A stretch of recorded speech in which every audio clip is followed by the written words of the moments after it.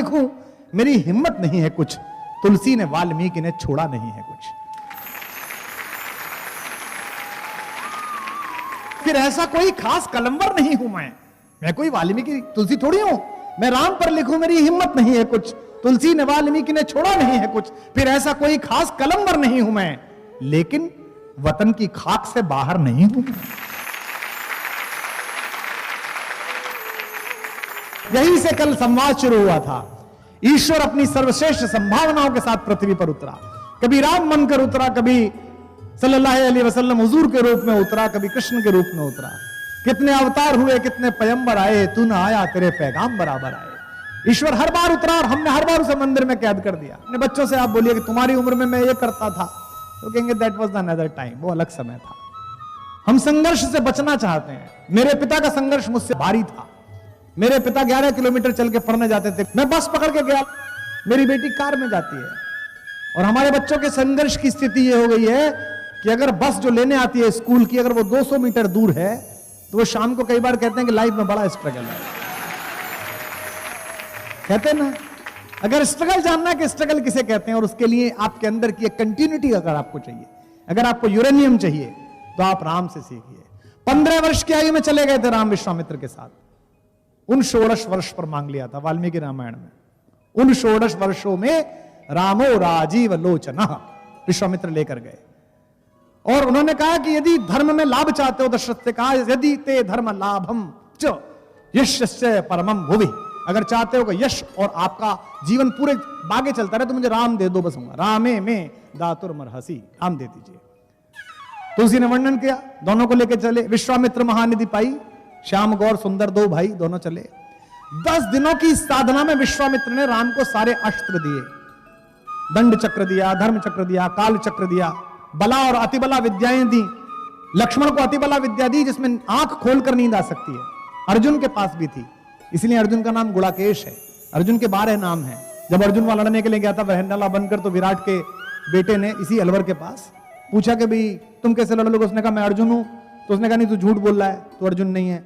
उसने कहा ये हमारे हथियार टंगे हुए हैं। बोले हथियार तो कोई भी उतार सकता है। तो उसने कहा कि 12 नाम तेरे कौन से हैं बता। तो अर्जुन ने अपने 12 नाम बताए कि मेरा नाम भारत है, किरीटी है, सव्यसाची है, कौंतेय है, परंतप है, गुड़ाकेश है। 12 के 12 नामों के बारे में बताया। निद्रा पर विजय पाने वाला। तो लक्ष्मण को अतिबला विद्या दी। जो लोग पढ़ने नहीं जाएंगे, जो लोग गुरु के साथ नहीं जाएंगे, जो लोग अपने से बड़े से नहीं सीखेंगे, उन्हें कुछ नहीं मिलेगा। ये राम की कहानी बताती है। गुरु ग्रह गए, पढ़ने गुराई आए नहीं पढ़ाने के लिए, खुद गए। आजकल क्या है, थोड़ा पैसा ट्यूटर लगा लेते हैं, घर में बुला लेते हैं। संदीप ऋषि के पास गए कृष्ण पढ़ने के लिए, वहीं सुदामा मिले, वहीं दोस्ती हुई, गुरु रह गए, पढ़न गुराई, अल्पकाल विद्या सब पाई, थोड़े समय में विद्या लेके लौट आए।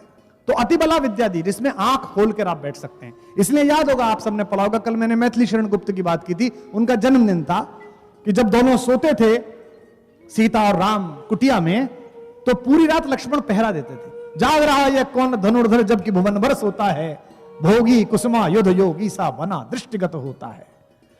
इस कुटीर में क्या धन है? कवि पूछता है कि जिसकी रक्षा में रत इसका तन है, मन है, जीवन है, ऐसा क्या इसके अंदर है? तो गुप्त जी जवाब देते हैं, मृत्युलोक मालिन्य मेटने, इस लंका का नाश करने, इस उपभोक्तावाद की लंका को नष्ट करने के लिए मृत्युलोक मालिन्य मेटने स्वामी संग जो आई है, 3 लोक की लक्ष्मी ने यह कुटिया आज अपनाई है। विजन वेश है, विजन शेष है, निशाचरी माया ठहरी, और वीर वंश की लाज यही है, फिर क्यों वीर न हो प्रहरी। भरत से पूछा कि लगान कैसे ले रहा है, टैक्स कैसे ले रहा है? भरत ने कहा कि भैया जैसे हम लोग लेते थे, एक इक्ष्वाकु वंश जैसे लेता है, सूर्यवंशी जैसे लेते हैं। तो राम ने कहा कि सूर्यवंशियों की तरह ही टैक्स लेना, जैसे सूरज टैक्स लेता है, हम सूर्यवंशी हैं। तो उसने कहा सूर्य कैसे टैक्स लेता है? तो तुलसी ने उसका अनुवाद करके बताया, सूरज कैसे टैक्स लेता है। पृथ्वी पर जितना भी पानी है वो हमारी कमाई है, वो जीवन है, उसे सूरज समेटता है, समुद्र से समुद्र का समेटता है, तालाब से तालाब का समेटता है, यहां तक कि हमारी अंजुरी में जो चले उसको भी समेट लेता है, आपको पता ही नहीं चलती।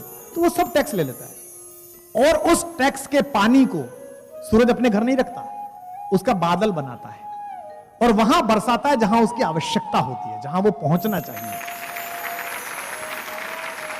तो व्यवस्था ऐसी होनी चाहिए कि जब टैक्स ले राजा, जब राजस्थान सरकार टैक्स ले, तो पता ना चले कि कब कट गया। अभी तो हमें प्रतिपल पता चलता है कि हमारा कट रहा है, तो टैक्स कट गया आपका। राम ने कहा कि राजा ऐसे टैक्स ले कि किसी को पता ना चले। बेटा सूरज की तरह हम सूर्यवंशी हैं, लेकिन जैसे सूरज उस पानी को बादल बना के जब बरसाता है तो सब हर्षित होते हैं, मजा आ गया, क्या बात है।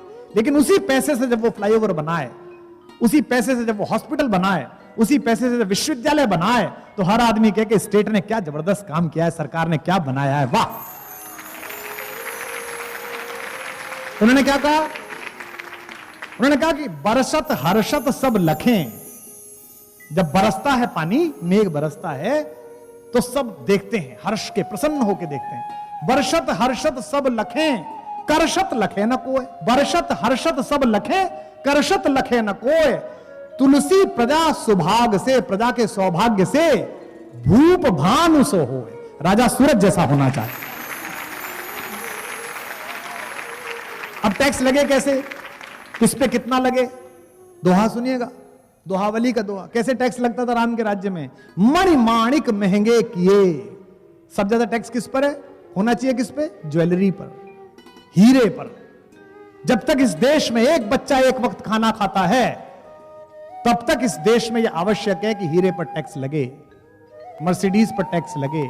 तो वो कहते हैं मणिमाणिक महंगे किए, और बिना टैक्स का क्या छोड़ा?